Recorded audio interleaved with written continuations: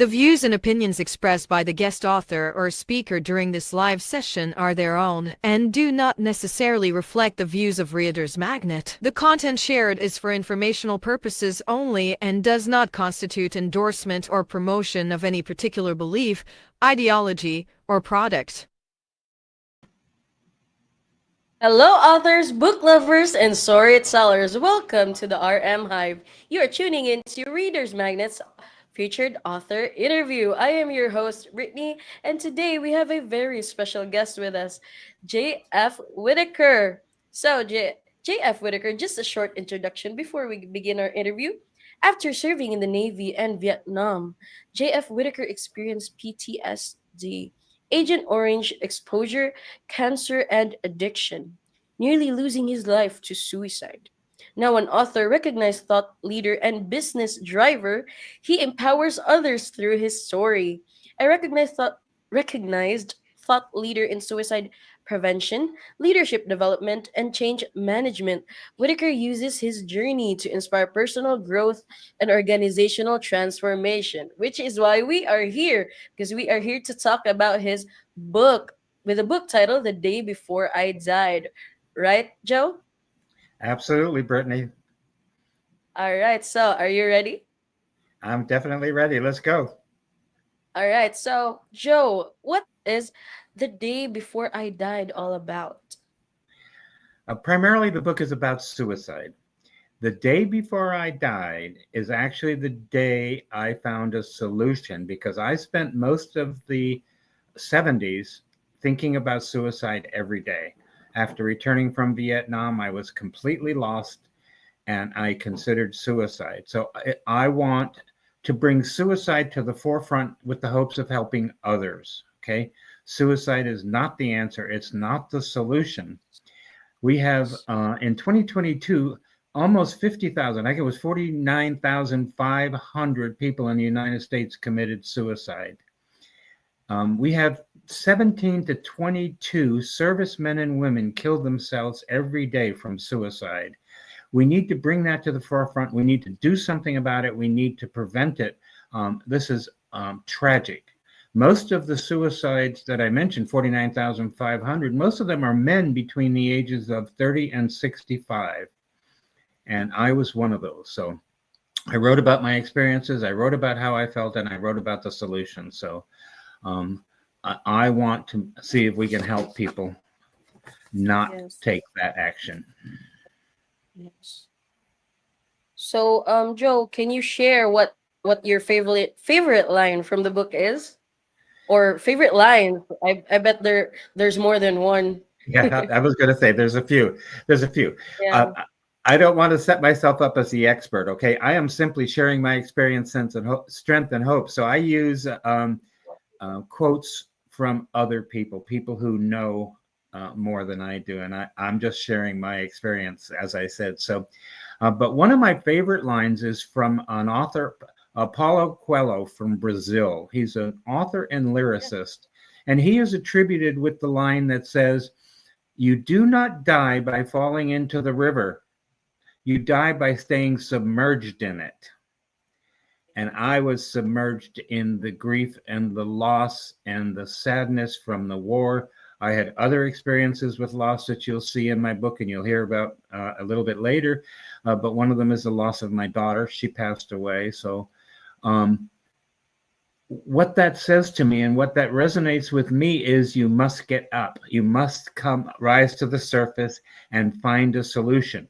For me, I that agree. solution was to start over, completely over. Okay. I could not be the person I was when I returned from Vietnam. So this is the new me you're looking at right now. Yes. You've gone through so much, Joe. Like, Yes. it's Yeah. not it's nowhere near easy after everything you've been through. I just want to say it's amazing that you've picked yourself up and you want to help others pick themselves up, because in life we should never give up, right? Yes. Many people look at it too like this happened to me. I'm the victim. Okay. And that's not the case. This happened. That's life. Life happens. Okay. Yes. And Uh, another quote that I like is, if you survive the event, you can survive the memory. So Yes. so that's what we have to do. And again, like I said, for me, it was start over. For me, it was redefine myself and who I was, and find a solution to my issues. And I want you to know I did, and I've lived very, very happily for many, many years. So I'm glad to hear that. Especially, I agree with the memories. Like moments come and go, but the memories it stays with you, and it depends on how you deal with them, right, Joe? right, absolutely, absolutely, So, you can so survive Joe, them. yeah.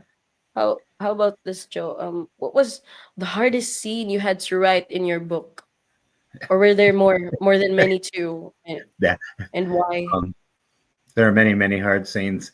Yeah, yeah. Um, I'll pick the one about when I was in Vietnam. We had a plane crash, and 22 people were killed in that accident. And as an officer in the Navy, it was my responsibility to help the wives and the family of one of the pilots killed in that crash. So I went to her house daily for about 2 weeks and helped her get her paperwork done, help her get her benefits, help her pack up and go back to the United States. I was stationed in Japan, and we would fly in and out of Vietnam every 2 to 3 weeks for 3 years. I did that for 3 years. So Yeah. I was sitting there in the living room, and she had two young boys, 3 and 5 years old. And the 5-year-old boy came up and rested his arms on my knees and put his chin in his fists. And he looked at me and he said, "You know, my daddy's dead." And I said, "Yes, I know. I know." Yeah. And then he looked up at me and said, "Are you going to be my father now?" Uh, Broke my heart. Broke my yeah. heart. It was very, very tragic. So I picked him up and put him in my lap and said, "No, I'm not going to be your dad now, but I'll be there for you whenever you need it." And unfortunately, they packed up, they left, and I never ever heard from them again. So very, very sad. Oh, Very, very sad. yeah. So they moved away. Yes. Yeah, they moved back to the States. I was in Japan, so Mhm. at the Yeah. time. The book The Day Before I Died, Joe, is it advocating for a specific cause or agenda? And if so, what is it? And why is it important for you as the author, the writer? Yeah. Yeah. Um, yes, it is advocating for something. I want us all to focus on suicide. I want us all to recognize that this is a public health threat, and we all need to do something about it. We can't just look at the government or VA or the military to solve this problem, okay? Um, I love the quote too by JFK that said, "Ask not what you can do for your ask not what your country can do for you, but what you can do for your country." So I want to Yeah. ask what we can do for our fellow men and women who are committing suicide. And Mhm. Thomas Joyner says that we have to build a powerful, protective social structure. Okay. A culture has to emerge where we rethink old, tired, stereotypical ideas about what suicide is, who commits it. You know, they say a Yeah. man's not supposed to think this way or do that sort of thing. Oh no. And we must support a culture which allows the means and the ability and the dignity to build strong support systems, strong relationships and connections needed to weather the stressors of life, because we all have them. We all have them. And I Yes. told you, 49,000 people actually committed suicide in 2022. 13.2 million people considered it. Actually, were thinking about it or considered suicide. And we as a community have to come together. In the book, I mentioned the old days, and I don't want to go back to the old days, but I know. in the old days, we knew who It's lived hard. next door to us. We had a community, we had a family, we lived together. Now we don't even know who lives next door to us. We don't even know who Yeah. lives in the houses our children pass on the way to school. We're not a community, we're a bunch of individuals. So we need to band together here and solve this problem. Yeah, I agree. Like you also mentioned that some people would say that men aren't supposed to think this way. I myself believe that mental health is for everybody. Everybody struggles, especially if they are going through something tough, like what you've been through. It's not easy, right, Right. Joe? Right. Yeah. Yeah, And people say to me, well, why didn't you say something? I said, I just told you I spent most of the 70s thinking about suicide. Why didn't I speak up? I didn't speak up because of the stigma about men. I didn't yeah, it was speak up hard because of then. this. Yeah. I didn't speak up because of the stigma about veterans returning from Vietnam. They had a very Yes, bad rap. They had a very bad reputation. And then there's not a language. The third reason is there's not a language. I don't know how to tell you how I felt. I don't know yeah, what is the word beyond despair. What is the word beyond hopelessness and powerlessness? That's what I felt. There is no language for that. So yeah. it was very, Sometimes very you difficult. can't find the words. What? Yeah. Sometimes you can't find the words. Yeah, yeah, yeah. Yes. No. So anyway, that's what I like to Mm. um, see us work on, making it safe for all of us, making it safe for whoever we are, however we love, however we want to travel.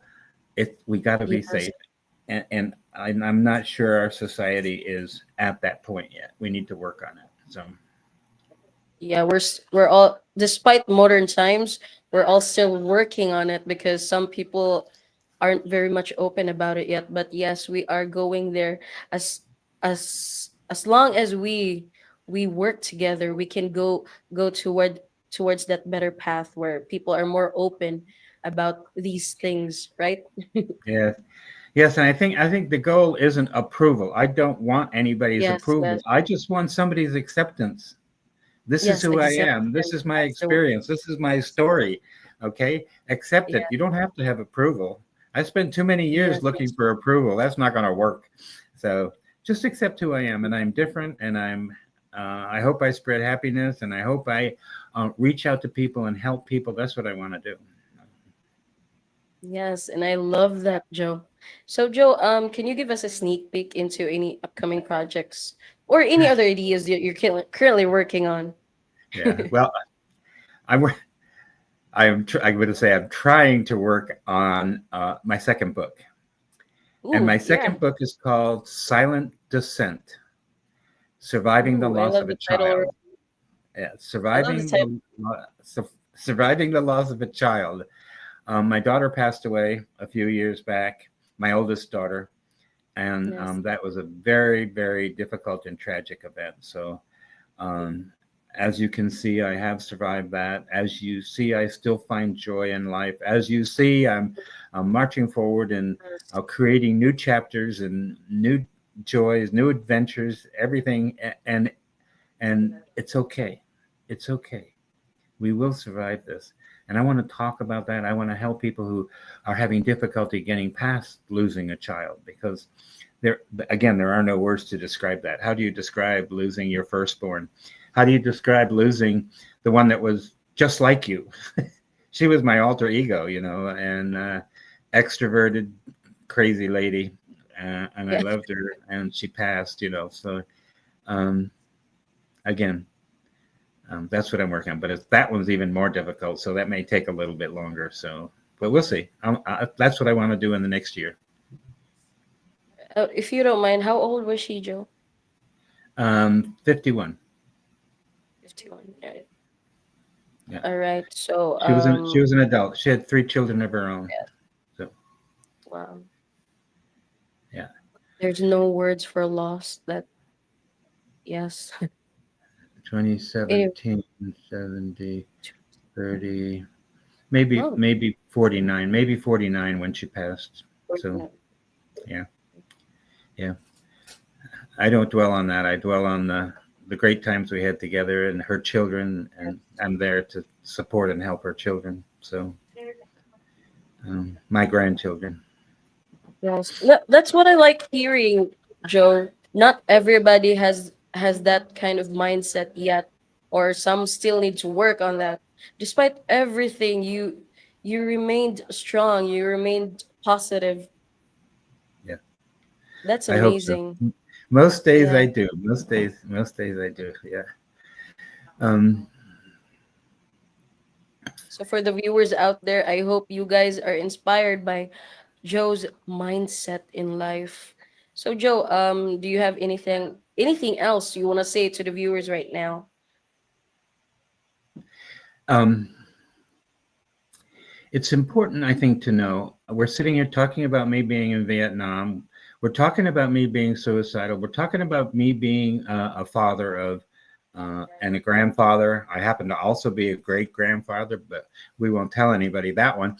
And but I'm also gay, and I think that's important to say out loud. Um, when I talked earlier about just accept who I am, most people Yeah. say, this doesn't make any sense. You were married, you had kids. What's going on?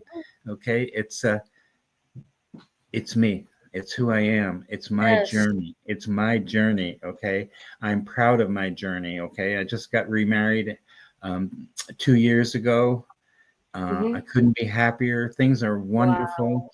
There is so much life ahead of you. If you're contemplating Yeah. suicide, please, please. Joseph There's Campbell so much said, more. yeah, Joseph Campbell said, we all have meaning in life. We all have meaning in life. And our job is to bring that meaning to life. It would be a shame to lose that to suicide or any other Yeah. catastrophic event. So, Uh, Just from this interview itself, I can already tell, Joe, that you are a great grandfather, and I hope you know that. Yeah. I yes, when I said great grandfather, I wasn't stroking my ego. I was talking about my grandchildren's children. Okay, I have Yeah. I have 8 grandchildren and 4 great grandchildren, so maybe Wow. I'll write about them. So Yeah, that it sounds like a great, happy, big family. yes, it is. Yes, it is. Yes, it is. And if I had All right. taken my life back in the '70s, I would have missed all of this. So Yeah. You wouldn't have known that there's so much more out there. right, absolutely, absolutely. And I hope the viewers out there heard that. Never give up. All right? Never give up. If there's one thing you guys have to learn from this interview with Joe, never give up because there's so much more out there. So Joe, thank you so much. This has been such a wonderful time with you. Everyone, this is J.F. Whitaker. Thank you very much for joining us today. Grab a copy of The Day Before I Died, available on Amazon and on Barnes and Noble. You can see right on the screen, Joe is holding his book. All right, so once again, thank you for tuning in here on Reader's Magnet. This is your host, Brittany. And as we say here in Reader's Magnet, we share your story with the world. Thank you so much, Joe. And Okay, happy reading, everybody. Go order it now. thank you, Brittany. Thank you all. Take care. Thank you, Joe.